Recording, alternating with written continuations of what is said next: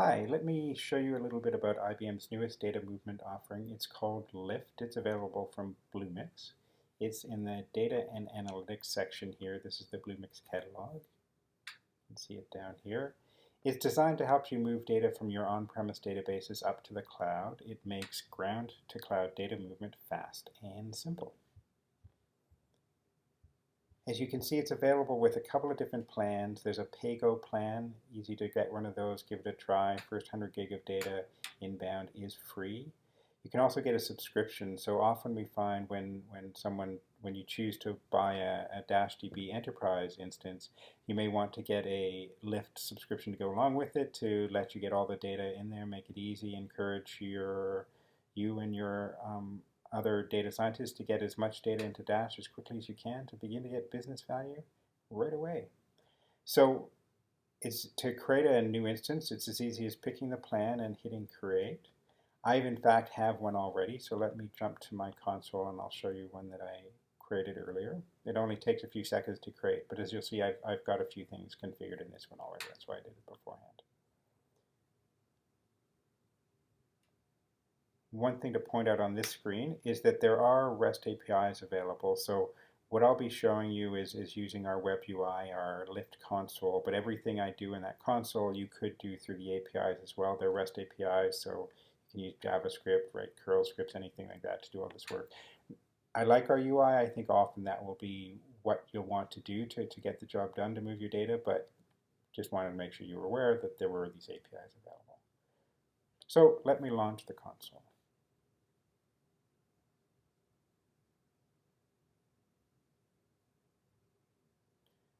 And here it is. There's three steps where we show on the bottom for how to move your data, migrate your data.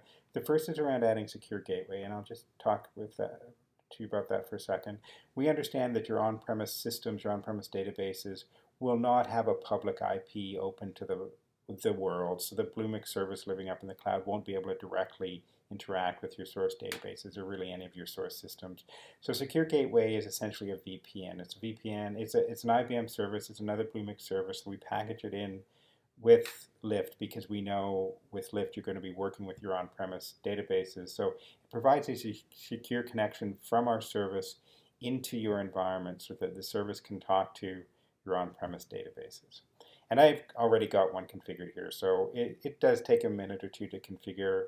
We've got lots of YouTube videos showing the details of configuring Lyft. So if you go to YouTube, type Bluemix Lyft, you'll find a bunch of videos. You'll see that we have one specifically about configuring Secure Gateway.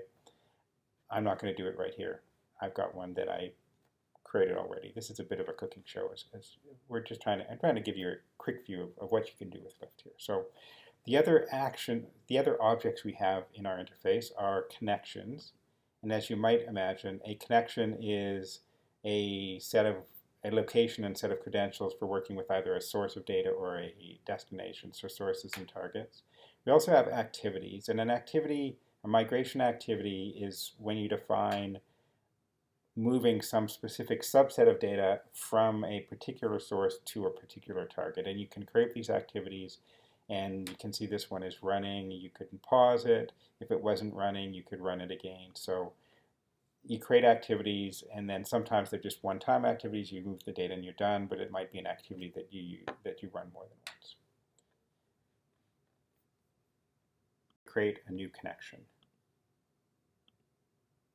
I'm going to create a new source connection to extract data from a pure data for analytics or a Netezza box. The first step is I'm going to download this little app we call the Slingshot, and it provides a couple of important features. One is it lets us leverage some really fast upload technology to get the data from on-premises up into the cloud. The technology came in with a company called Aspera that IBM bought a few years ago. It relies on UDP. It's magically fast. The other thing it provides is that the data is able to flow directly from your source systems where your database data is up to the target database in the cloud, and it does not go through the service. It does not go through the Bluemix service. So we have this one direct path, both fast and just uses fewer resources, the direct connection. So that's really the two reasons that made us decide that having this agent that you install was the right choice. It's going to give you the best experience. So to install it is pretty straightforward. I'll go through the process here. First I have to pick a machine where I'm going to run it on premise. I'm actually going to run it on my laptop. I'll copy and paste the security token, which I'll use when I'm installing it, and it's what allows Slingshot to authenticate itself up to the service. There's a download button here. I've happened to have downloaded it already. It is just under 200 meg of space. It only takes a few seconds, but I happened to do it before.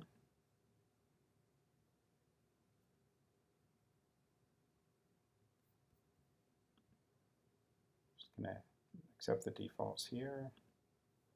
This is the token that I cut from the UI. And when the install is finished, it's going to give me the option to run it, and I'll go along with that option.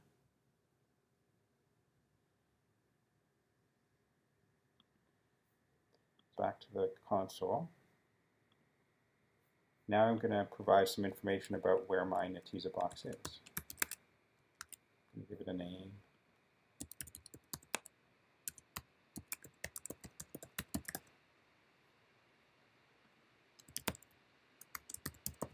I have to specify the secure gateway to use. As I mentioned earlier, this is what allows us to have a secure connection down into your on-premises database.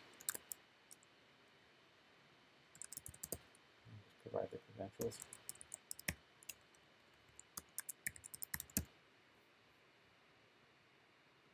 And create the connection. As you can see, it's now testing the connection. It's testing connectivity to the Slingshot and to the database, and in fact from the Slingshot to the database. So we make sure everything all works, the credentials are right, secure gateway is configured appropriately to let all the data, all the connections flow through as they need to.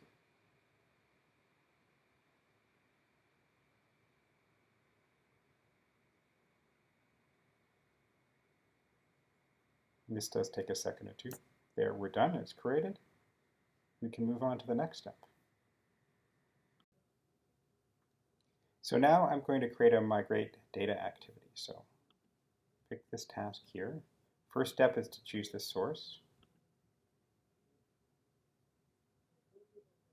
And I'm going to migrate some data from the Netezza box from the source connection I just made. I'm actually using a Netezza box that we use for a bunch of our testing here in the lab. And this CZ guy makes lots of stuff. There's a bunch of people doing a bunch of work. So I have to scroll a little bit to find my schema. You often won't have that many schemas in your environment. If you do, you scroll through, you find the one you need. We do have the ability to do continuous load. So beyond capturing an initial copy of what the data looks like now, we can capture the changes that are occurring, discover the changes that are occurring, and incrementally move that data to the target. I'm not going to pick that option right now. If I wanted to do that, it's as simple as switching the radio button here, but I'm not going to bother doing it right now. So I'm just going to do an initial load. So now I have to pick where the data is going to. I'm going to send it off to my -db database. And we need to know how to create the tables in the target database. We like to create the tables as part of moving the data so that we know the tables are created and look correct, or what makes sense to be able to hold all the data that came from the source. So to get the DDL of your source tables, you can run this command up here. I have run it previously, so I just have to grab the file that I have here. We do have technology to look at the Netezza schema and translate it into the appropriate schema for -db. You can see that here. Below the actual translated text, you see compatibility report that can show you if there were any things that weren't able to be translated. In this case, this is a demo, of course. It's got 100% compatibility, so everything's great. If the compatibility wasn't 100% and there were some issues, it may be that you might want to edit the DDL to make sure it's exactly what you need. But as long as it's 100% compatible, you needn't worry about that. So I can give my activity a name. It's like PDA 2-db1. I apologize for the uninteresting names. And I could save it. I could run it with just some sample data. So that's where I would say just move the first 100 rows of each of the tables in the schema. And that can be a way to just run it quickly to make sure that, in fact, your data can make it there, that the tables get created appropriately in Dash. So you can just do a quick test, make sure that works before you do the real run. The real run might be, if you have many, many terabytes of data, it's going to take, a number of hours to move that much data. So sometimes you might want to run a test with sample, or even just save it to run later. And actually, I'm just going to save it to run later. So there you can see I now have two activities. I have the one I just created, and I have one that I created and was running earlier. I'll show you creating another type of activity as well, just for the heck of it. So this time I'm going to pick my another source that I had previously, which is CSV upload. In this case, I'm going to pick a directory, and this is a directory that exists in the working space for Slingshot. And the directory will correspond to the schema name. So how we move CSV files is you provide us a directory, and then each file in that directory can be either the full contents for a table, or it can be partial contents. You can have a table that has a number of files that have parts in them, and our documentation describes exactly the naming convention. But we will create a table that's based on the name of the directory and then the names of the file inside them. So again, next step, as before, is I select the target. And here are a couple of options we have. You can provide us the DDL, and then we can create the tables, or you can just use this to append to existing tables as well. And I'm going to pick that option now, just for the heck of it. And then you can provide us some information about the characteristics of your CSV files, and I happen to know the CSV files that I have no delimiters, and the comma is the separator. I don't actually have any data time data, so none of this matters, but if I did, I'd pick the appropriate one from the list. We have the standard sort of formats you'd expect.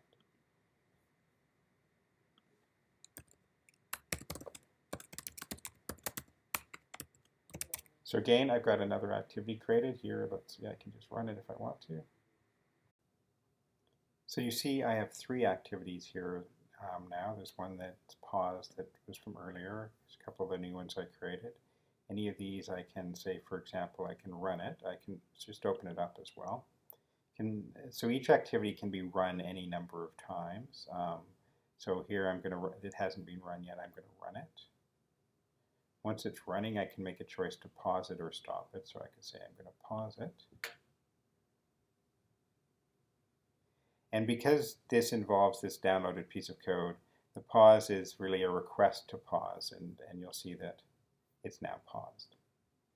And I could look at the details here, and you can see some events that occur that let you know. And eventually, as it gets further along, there'll be a report that shows you how many CSV files, how many tables have been moved, and speeds and stuff. I didn't really get it going, so it didn't get much of that done. And that's it. That's really as easy as it is to get up and running and start moving some data. Thanks.